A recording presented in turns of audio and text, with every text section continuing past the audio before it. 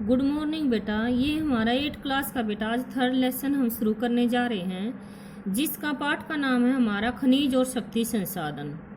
तो सबसे पहले बेटा हमें नाम के बारे में ही जानना है कि खनिज क्या होते हैं और शक्ति के हमारे संसाधन क्या होते हैं। सबसे पहले बेटा आप खनिज के बारे में जानिए। खनिज भी जिस प्रकार मैंने आपसे बताया कि प्राकृतिक चीजें क्या होती हैं जो प्रकृति के द्वारा यानी हमें मिली हुई होती हैं और मानव का उसमें कोई हस्तक्षेप नहीं होता, ऐसे ही जो हमारा खनिज है, खनिज भी बेटा प्राकृतिक रूप से पाया जाने वाला पदार्थ है और जिसका निश्चित रासायनिक संगठन हो वह खनिज कहलाता है। तो इस लेसन में हम खनिज के वितरण के बारे में पढ़ेंगे कि खनिज कौन सा खनिज कहाँ पर पाया जाता है और जो खनिज का पाने का जो वितरण है यानी उसमें असमानता पाई जाती है और खनिजों का प्रयोग किस किस चीज में किया जाता है। नेक्स्ट हम इस लेसन में शक्ति संसाधन यानी ऊर्जा के संसाधनों के बारे में पढ़ेंगे। ऊर्जा के हमारे 2 प्रकार के संसाधन होते हैं, परंपरागत और गैर परंपरागत। तो हम डिटेल से पढ़ेंगे। जैसे कि इसमें सबसे पहले ये बताया बेटा, जैसे 2 बच्चों की चर्चा हुई है इस लेसन में, तो उस चर्चा में ये बताया गया है कि जिस प्रकार हम बिस्किट खाते हैं तो बिस्किट जो है अनेक चीजों से, जैसे बिस्किट बना हुआ आटा, दूध, चीनी वगैरह से मिलकर बनाया जाता है। लेकिन जब हम बिस्किट खाते हैं तो इनकी अलग अलग चीजों को हमें यानी अलग अलग रूप में नहीं देख सकते, हम मिक्स ही खाते हैं। जिस प्रकार बिस्कुटें कई मिली हुई यानी कई वस्तुओं को आप नहीं देख सकते, उसी प्रकार पृथ्वी पर चट्टानों में कई पदार्थ मिले होते हैं और वे खनिज कहलाते हैं।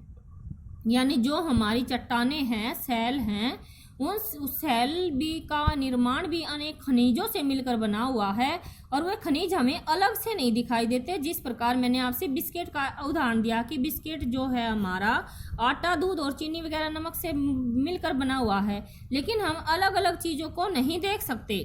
तो उसी प्रकार जो हमारी सेलें हैं, चट्टानें हैं, वो भी अनेक खनिजों से मिलकर बनी हुई है। ये खनिज पृथ्वी की चट्टान पर पट्टी पर यानी सभी जगह फैले हुए हैं।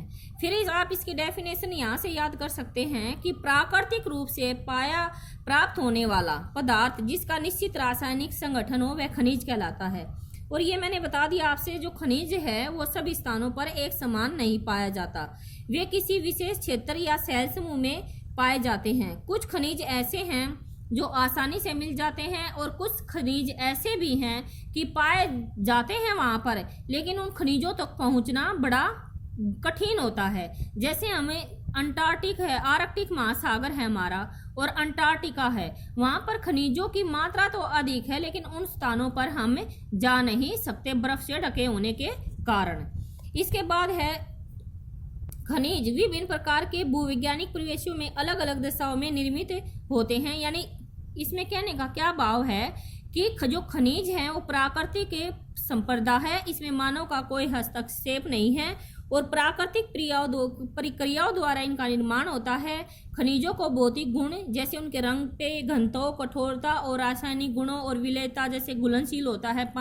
अगर हम नमक भी हमारा एक तरह का खनिज है और नमक अगर पानी में घुल जाए तो यानी उसको पहचान नहीं सकते। यानी उनके जो खनिज है, कहने में का इसमें यही है कि खनिजों को उनकी घनत्व, कठोरता, रंग, रासायनिक गुणों और विलेयता के आधार पर यानी खनिजों को पहचाना जा सकता है। अब इसमें बताया गया है बेटा, वैसे तो जो खनिजों के प्रकार जो हमारी एडिंग है, पृथ्वी पर 3000 से अधिक विभिन्न प्रकार के खनिज हैं, लेकिन संरचना के आधार पर खनिजों को 2 भागों में बांटा गया है, धात्विक खनिज और अधात्विक खनिज।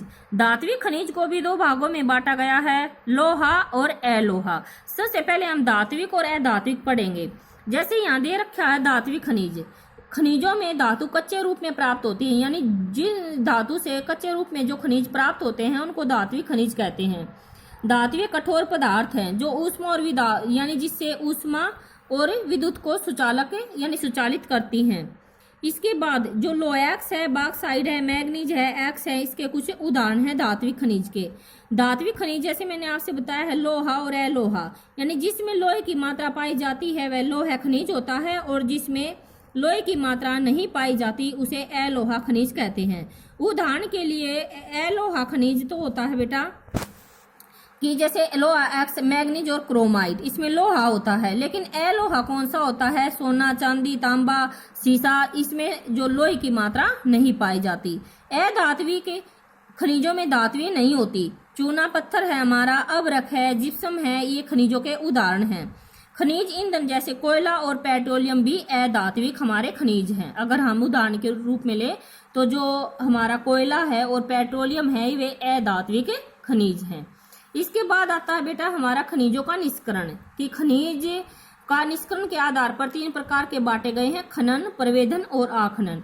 खनन में बता देती हूँ बेटा, जिस प्रक्रिया के द्वारा खनिजों को यानी पृथ्वी की सतह को खोदकर जो खनिज निकाले जाते हैं उस प्रक्रिया को हम खनन कहते हैं।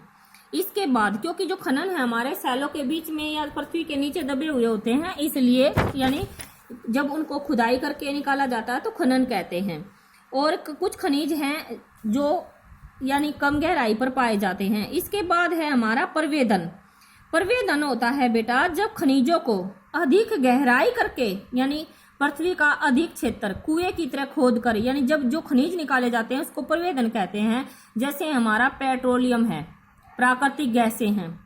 आखनन होता है बेटा जब पृथ्वी के बिल्कुल कम हिस्से को हटाकर यानी प्रपट्टी का जो ऊपरी भाग हटाते ही जो खनिज हमें प्राप्त हो जाता है उस प्रक्रिया को हम आखनन कहते हैं। खनन को 2 भागों में बांटा गया है, विवर्त खनन और कूपकी खनन। विवर्त खनन वह होता है जब पृथ्वी के ऊपरी भाग को हटाते ही यानी खनिज प्राप्त हो जाता है और कम खुदाई करनी पड़ती है, तो वो भी हमारा विवर्त खनन कहलाता है।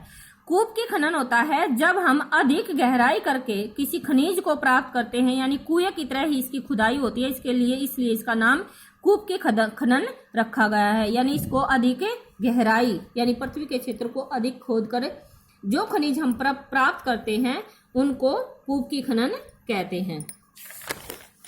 इसके बाद है हमारा खनिजों का वितरण। ये पढ़ेंगे बेटा हम कल कि जो खनिज है हमारे पृथ्वी के भूभाग पर समान रूप से नहीं पाए जाते, तो उनके बारे में पढ़ेंगे कि कौन सा खनिज कौन से देश में और कौन से राज्य में पाया जाता है। Thank you.